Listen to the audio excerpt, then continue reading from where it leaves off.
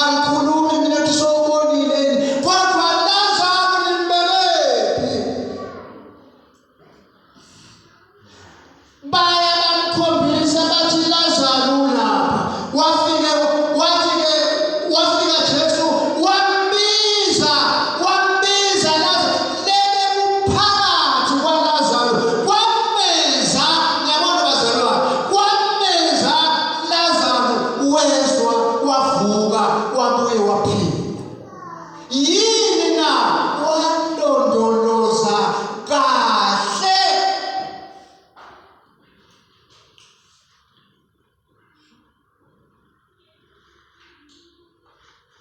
walondoloza kahle ilizwi laNkulunkulu futhi ilizwi laNkulunkulu bazalwane lalelana uma likhona phakathi kwakho ngilokunye lokuza kukwenza ukuthi uhlangane naNkulunkulu yabona bazalwane ngoba masinyana lizokhala kukhale icilo kuthi nabo bonke labalele balondoloze lizwi phakathi kwabo bavuke nikona bazalwane kuthi bonke labalokhu basaphila baguqulwe imizimba yabo ifanane nalona lokuyayo masinyana esebayashwithwa bahlithwele futhi bumqoka belizwi laNkulunkulu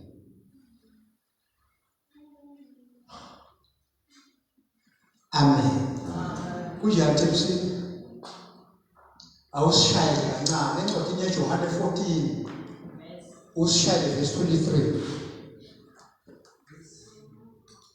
Jesu wamphendula wathi umuntu nakangithanda uyawugcina emavi ami babe uyawumthanda thine-ke nababe siyawuda kuye sihlale naye kulele sizulu kuthiwa siyawukwehla niyezwa bazalwane kulela lithatha Themsini bathi siyawubusa niyabona umsebenzi wokuba nelizwi laNkulunkulu uthi kaJesu lomthandayo akagcine imiyalo yakhe uyawuthandwa ngubaba aphinde athandwe nangini siyawukwehla sinababa ezulwini sibe sesihlala naye yini na kunelizwi laNkulunkulu bazalwane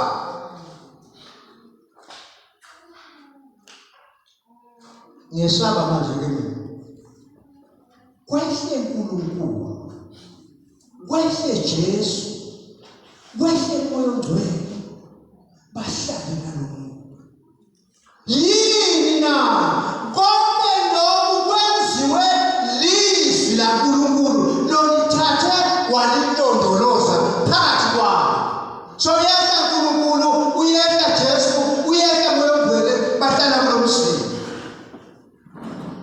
naku-ke bazalwane ikhona bazalwane uma laba lengibabalako behla ngiyabona bazalwane behla nazo zonke iy'busiso bafike bangena kulo muntu bahlala nalo muntu iy'busiso labanazo ziba mzalo muntu amen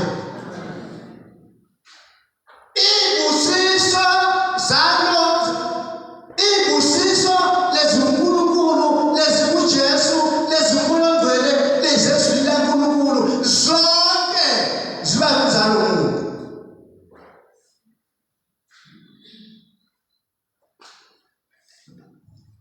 lokunye bazalwane uma sebakhona laba bafike bakuphakamise ube ngaphezulu kwakho konke indalo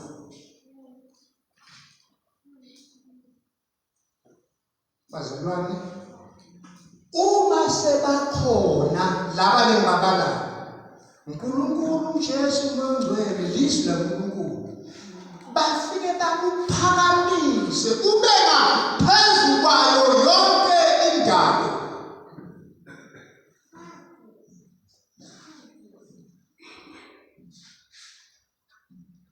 Ube seyedlula esigabeni semuva.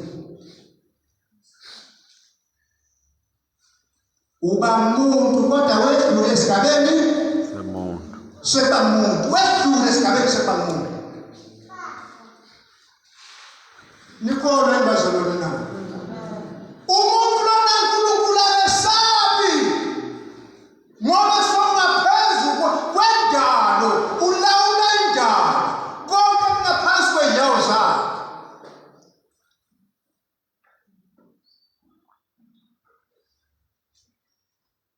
Kuba naNkulunkulu kungenza ngesabi.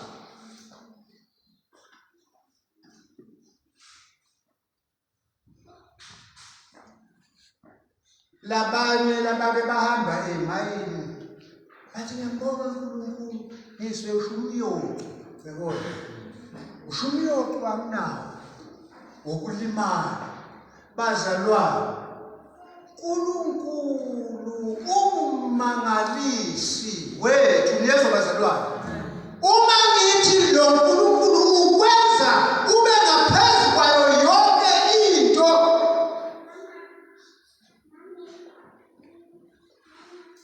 mina angisho ukuthi labalimale emotini nalabafe emotini banjani. Uyazi ukuthi mina kaningi ngiyabona kuyafika bo-4 bo-3 ngiwa ney'moto. Kuzinto lengake ngayibona. Kuzinto lengake ngayibona.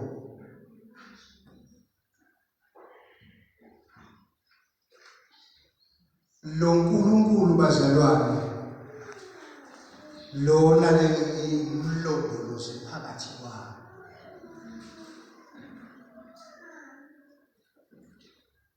Uyangivikela.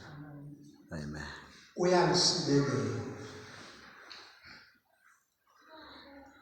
Ngeke ngathinta ecaleni ngathi lelizwi leNkosi uma likhona. Niyabona bazalwane, lifike likugeze. Niyabona uma sifunde encwadini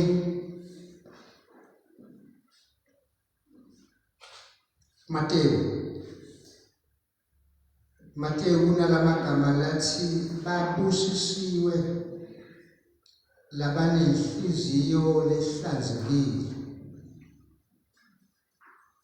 bayakumbona uNkulunkulu. Lokusothi ilizwi likaNkulunkulu kwesinye isikhathi likunika ilungelo. Likunika ilungelo lokubona uNkulunkulu. Futhi ngithintile ukuthi laba bathathu noma labane mase bafike bakuphakamise. Lalelani bazalwane, ilizwi leNkosi uma limphakamisa umuntu alimbeki isigaba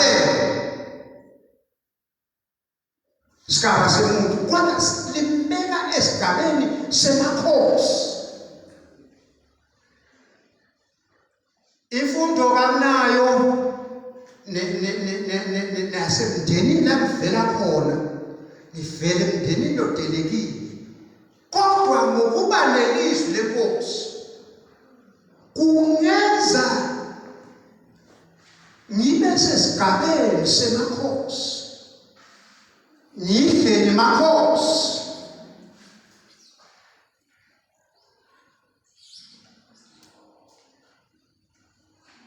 Libhayibheli alikhulumi emanga bazalwane uma lithi siluhlanga lokhethiwe. Lithi sibapristi.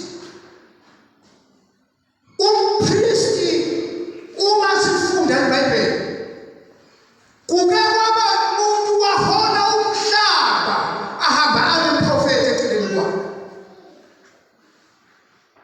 Ahole umhlaba ulalele yena.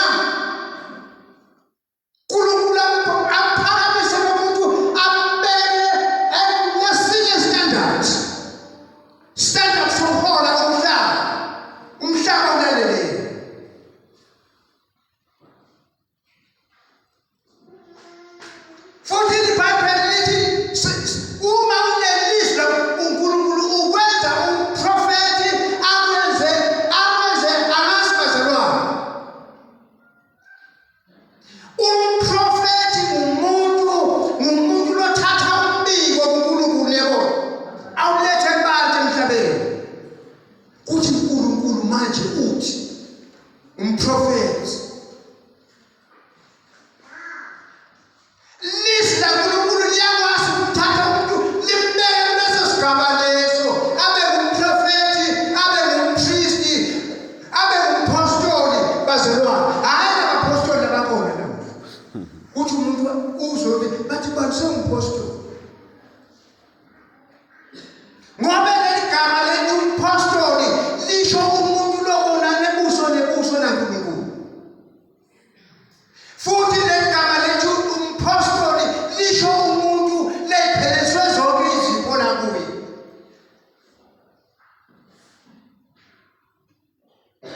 Amen bazalwane. Kodwa bengithe ngubani? Ngithe uNkulunkulu ngumake lamasuku. Awuyibambe kule veni make kulesahluko ngitshele sona.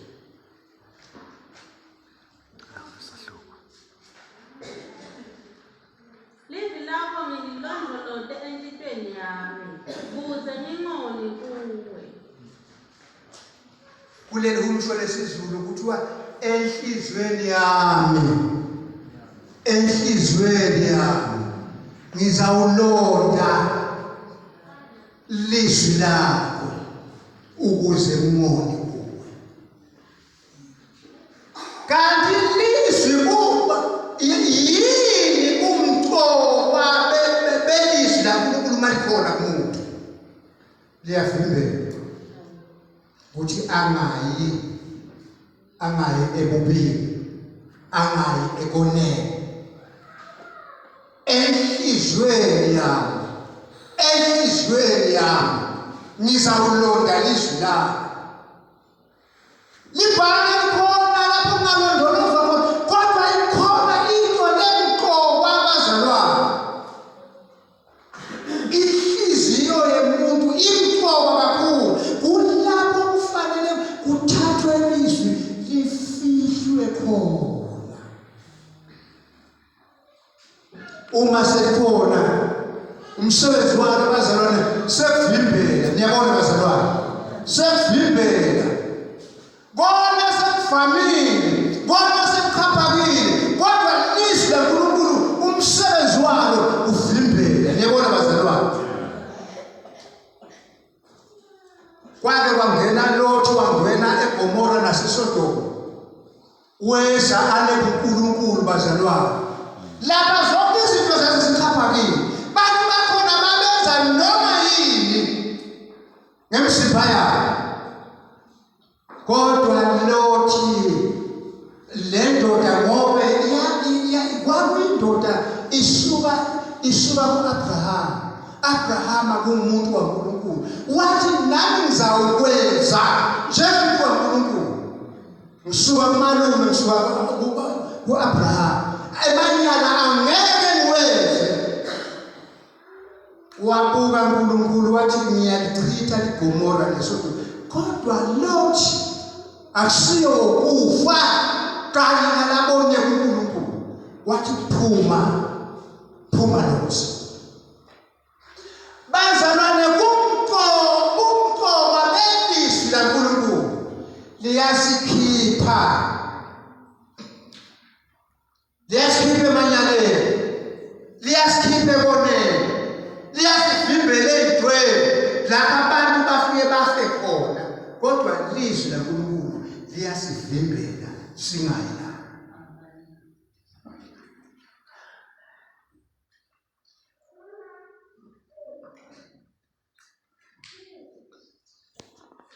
Mhlambe ngikhuluma nje. Nikhona bazalwane.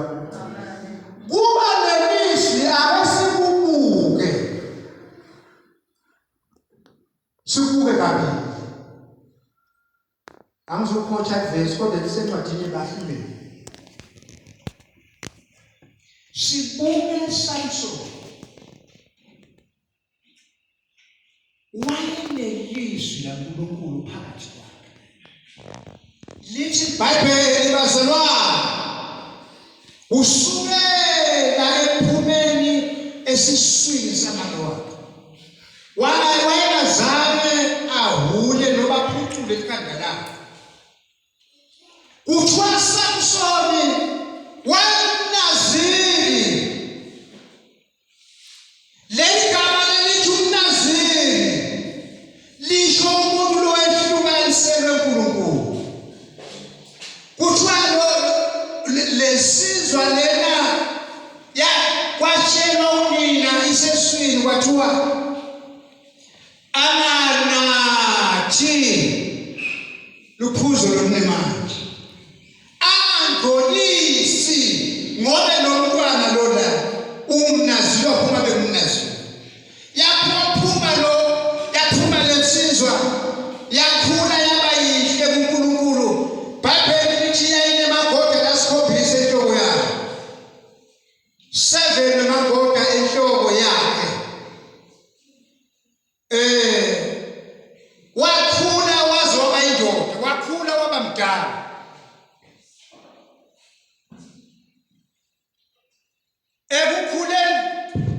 Ekukhuleni kwakhe bazalwane, ngokuthi lithi iBhayibheli wayenaNkulunkulu empilweni yakhe. Lamagoda lasikhombisa asho kuphelela ebuNkulunkulwini. WayenaNkulunkulu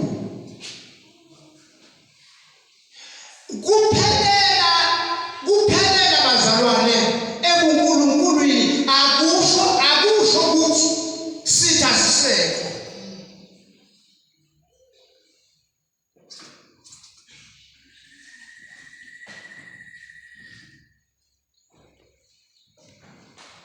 Samsoni noma wayemnaziri, nakube naNkulunkulu, nakube hamba naNkulunkulu, nakube enza lakwenzayo akwenza naNkulunkulu, kodwa sithi sahlala sikhona.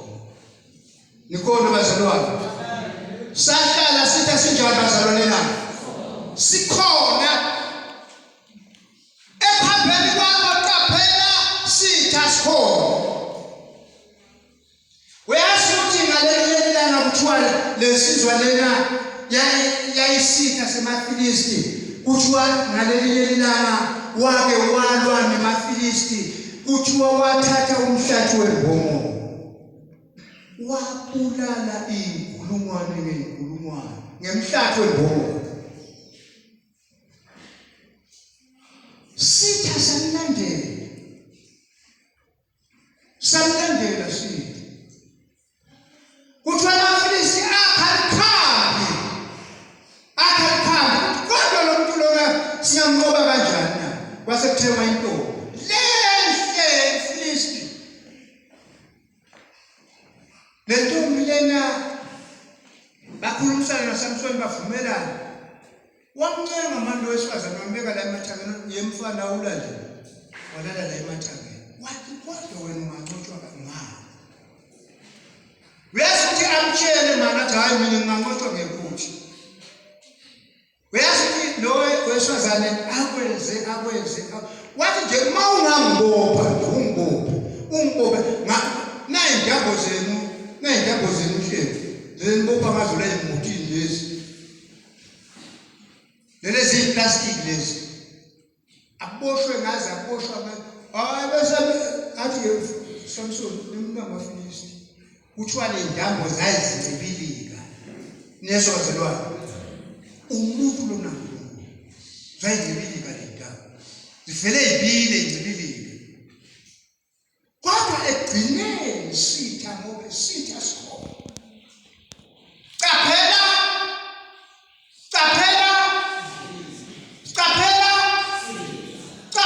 sithi asikhona. Uyazi ukuthi ngelinye ilanga lo wesifazane wathi Samson uyakuyena kuzophelile. Kube kulamhlanje wathi uyabenyanya kodwa uSamson. iBhayibheli wathi namtsheli wathi manje amali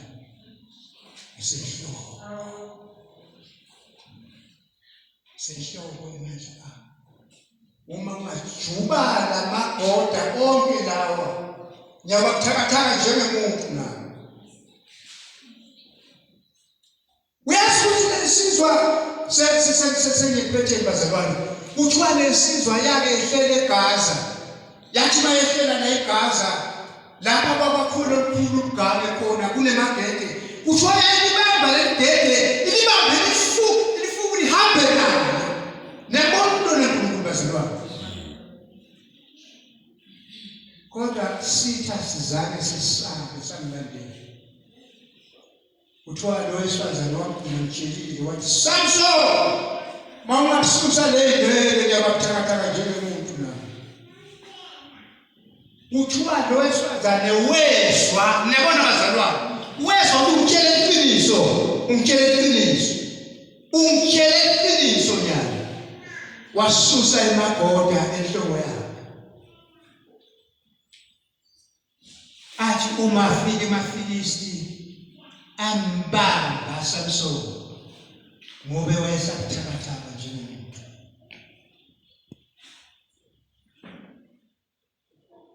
liBhayibheli wathi Samson wathi ngiyakuvuka njengasemhleni kwangabi njalo ngobe uJehova uNkulunkulu emabandla uJehova Sebaothi wayesamukile kuye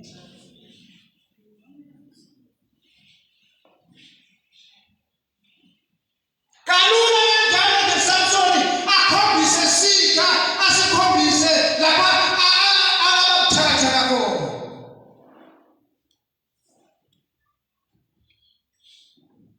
kuthiwa ambambe amaFilisti athi uthi nguye lo ambambe amkhipha lamehlo ngalelinye ilanga kuthiwa amthathe amaFilisti abizane emakhosi amaFilisti azomdasisa nebo umuntu waNkulunkulu bazalwane Nkosi yami umuntu waNkulunkulu kanjalo nje bamdasisa uyazi ukuthi ngeke kuba ifilimu la Samson kwakunekwe umfanyana leceleni kwakhe wasukhuluma nalo kwemfanyana wathi awumfana mawungabe nje ungibambe ungiyise esikeni ungiyise kulali phila nali phila lemiseleni manje egcineni ngife nazo zonke izitha zami owemandla okuthatha emagede ebesangekho bazalwane ayephi na sahamba nawo sitha nguye Samson lo lakhomba nebona ungasikhombisa isitha sakhe siyabulala sitha lalelani bazalwane kuthiwa Sathane uzele izinto ley'ntathu kumuntu usele kweba usele kubulala usele kubhubhisa ungasakhe ungabakhi ubuhlobo nesitha sakho siza kubulala sitha ngoba isitha umsebenzi wakho kweba nebona bazalwane kweba bese siyabulala bese siyabhubhisa legama lethi bhubhisa bazalwane lisho kwehlukana phakathi noNkulunkulu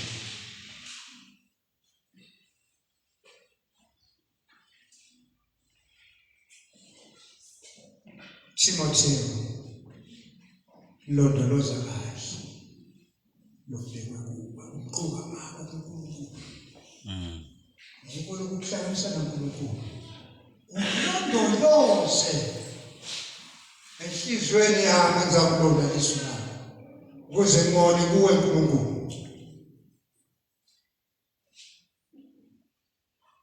bazalwane kukhona into leza ukwambulwa masinyane kuza ukwambulwa kwambulwa ikhaya lethu lapho siyophumula khona lapho siyojabula khona singalahlekelwa ekhaya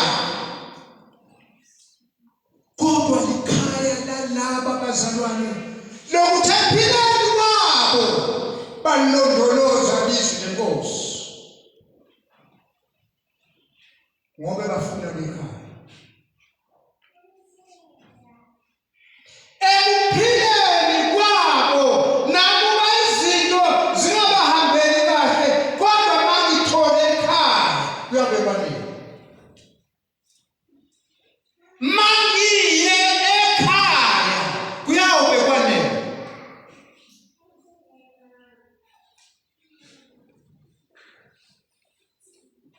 Ngoba mina ngiyahlupheka, basho njalo gogo. Ngoba ngiyahlupheka, shothi lo uNkulunkulu wami nesi. Cha bazalwane, egcineni sengiyagcina. Kunemadoda lesiwalandelayo ngoJobe labemukwe konke, kodwa baphila impilo yinye. Impilo yokuthembeka phambi kaNkulunkulu. Wathathwa konke, bemukwa konke, kodwa ekugcineni kwabo konke bema baphila impilo lendwele. Nabasitha sasesingenile kumkakhe sakithuka uNkulunkulu ufebeka. Wathi ngeke ngimethuke uNkulunkulu. Khulumisa kwemfazi lothuka. Amen.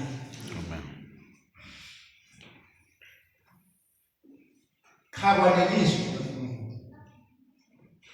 Hlala nelizwi likaNkulunkulu. Baba, mfundisi.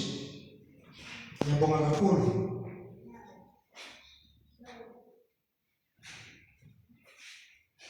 Sichama kakhashana na kungabe ngumbono. Sichama kakhashana ngeke ngacabanga nje ngicabanga langa lonke. Sicale ematholeni, saye embuzini, saye egomeni, saye kusomeni intombi, sabana. Sathutha saye ezwini likaNkulunkulu. Sisinana. Lamhla siyamemezela, simemezela ekhaya. Kuthi kunelikhaya, kunemuzi lomliyo, kunemuzi walabangcwele, usekhaya. Asambeni sekhaya bazalwane. Kodwa sizofika ekhaya uma silondoloze kahle. Silondoloze izwi laNkulunkulu.